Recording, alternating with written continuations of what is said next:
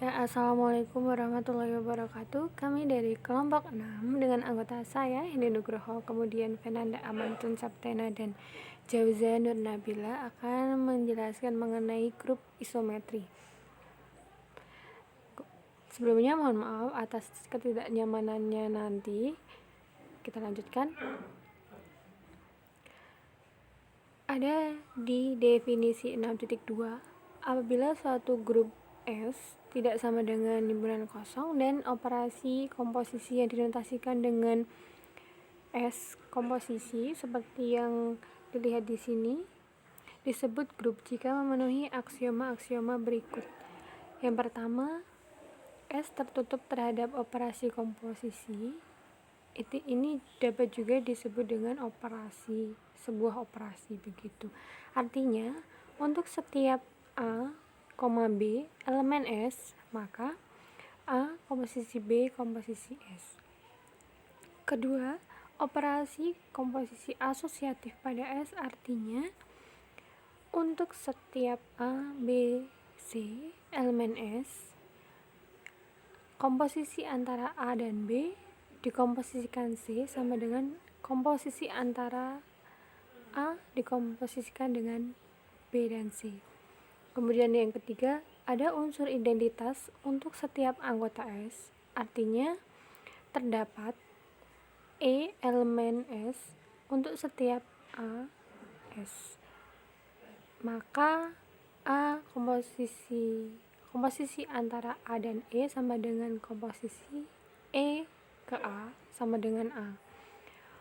Kemudian nomor 4, untuk setiap anggota S mempunyai balikan di S, artinya untuk setiap A elemen S terdapat B elemen S, maka A dikomposisikan dengan B sama dengan B dikomposisikan dengan A sama dengan E. Kemudian contoh, misalkan S adalah himpunan transformasi dan komposisi simbol ini adalah operasi komposisi. Nah, apakah S komposisi merupakan grup? Nah, apakah ini grup? Untuk itu kita harus mengecek dipenuhi atau tidaknya keempat aksioma grup tersebut, aksioma-aksioma ini.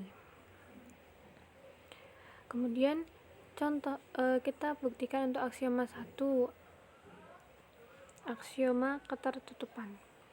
Ambil T1 dan T2 di S. Menurut teorema, komposisi T2 dan T1, T2 komposisi T1 adalah juga transformasi. Oleh karena itu, T2 komposisi T1 sama dengan elemen S juga. Jadi aksioma ketertutupan dipenuhi. Nah, ini masuk di elemen S juga. Aksioma yang kedua, kita akan membuktikan aksioma kedua. Ambil T1, T2 dan 3 di S. Menurut teorema, komposisi transformasi bersifat asosiatif. Asosiatif, yaitu komposisi antara T1 dan T2 dikomposisikan dengan T3 sama dengan komposisi T1 dengan komposisi T2 komposisi T3, seperti ini.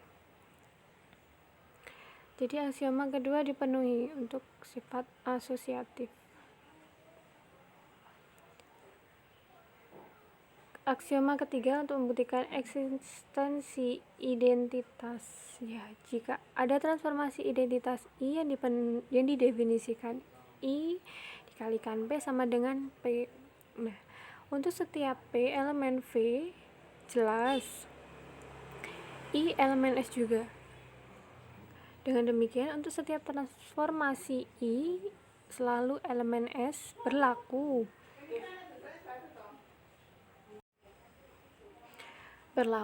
T komposisi I sama dengan I komposisi T sama dengan T. Nah, ini sudah ada di teorema sebelum-sebelumnya. Jadi eksistensi identitas untuk operasi komposisi tersebut terpenuhi. Kemudian di aksioma 4, ambil T elemen S. Menurut teorema, untuk setiap transformasi mempunyai balikan di teorema transformasi di sebelumnya. Maka dari itu T elemen T inverse sama dengan T inverse elemen T sama dengan I. Ini sudah tidak asing lagi untuk kita ya. Kemudian atau untuk setiap elemen T, setiap T elemen S, ada T inverse elemen S juga. Sehingga T komposisi T inverse sama dengan T inverse komposisi T sama dengan I. Jadi eksistensi balikan dipenuhi. Nah, karena keempat aksioma grup di atas terpenuhi, maka operasi S adalah grup. S komposisi grup. S komposisi disebut pula grup transformasi sebab S merupakan transformasi. Ya, jadi terpenuhi karena keempat aksioma tersebut terpenuhi. Jadi S komposisi adalah sebuah grup. Kemudian akan diperlihatkan grup yang himpunannya merupakan himpunan bagian dari S. Ada beberapa. Misal kita bentuk himpunan C yang anggotanya adalah pencerminan T dan himpunan identitas dan bilangan dan identitas. Kita tahu bahwa pencerminan terhadap garis T yang dinotasikan dengan mu T merupakan transformasi. Nah, setiap pencerminan adalah transformasi teorema sebelumnya. Kemudian pemetaan identitas I juga didefinisikan. I dikalikan P sama dengan P untuk setiap P di bidang merupakan transformasi. Sudah ada di sebelumnya juga. Kemudian jadi T jadi C dengan anggotanya adalah mu T dan I merupakan himpunan bagian dari S. Jadi dapat ditulis juga untuk C elemen S akan diperiksa bahwa C sama dengan apabila C sama dengan anggota himpunannya mu T dan I terhadap operasi komposisi yang dinotasikan C komposisi merupakan grup. Jadi disimpulkan pula C komposisi merupakan grup.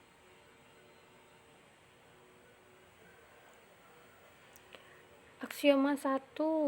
Nah, menurut teorema pencerminan T dikomposisikan dengan pencerminan T sama dengan I karena pencerminan involusi. Mu T atau pencerminan T dikomposisikan dengan I sama dengan I komposisikan dengan T sama dengan mu T untuk sebarang mu T atau pencerminan terhadap T dan I komposisi I sama dengan I. Dan demikian komposisi dua unsur sebarang di C adalah juga di C. Jadi aksioma ketertutupan dipenuhi. Nah, ini pembuktian grup yang merupakan himpunan bagian dari S dan ini adalah kelanjutannya. Kemudian aksioma 2, karena mu T dan I transformasi maka komposisi pasti bersifat asosiatif sesuai dengan teorema. Jadi aksioma kedua terpenuhi, pertama terpenuhi.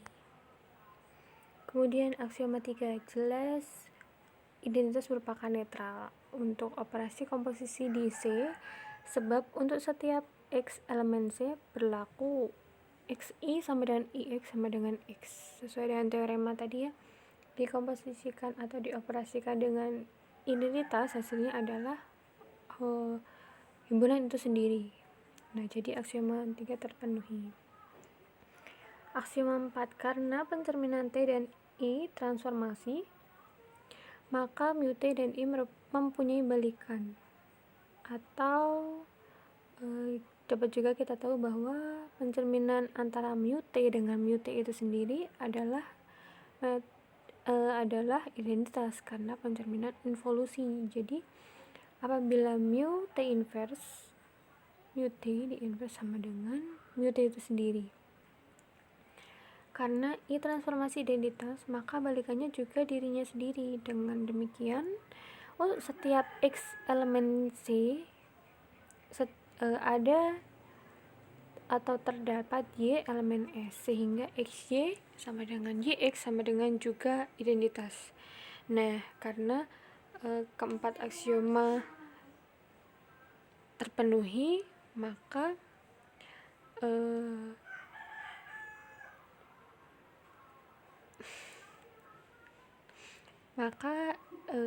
operasi tersebut juga disebut dengan grup. Nah, di sini ada kami tarik kesimpulan dari banyak penjabaran bahwa di sini ada 4 kesimpulan. Yang pertama,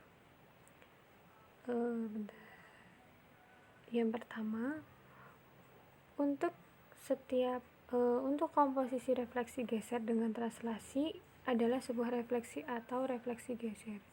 Ini yang pertama. Yang kedua adalah komposisi refleksi geser dengan refleksi adalah sebuah translasi atau rotasi.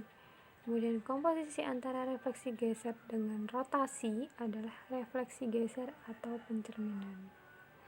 Kemudian komposisi dua refleksi geser adalah sebuah translasi atau rotasi. Jadi kita punya 4 hal ini sebagai patokan nanti.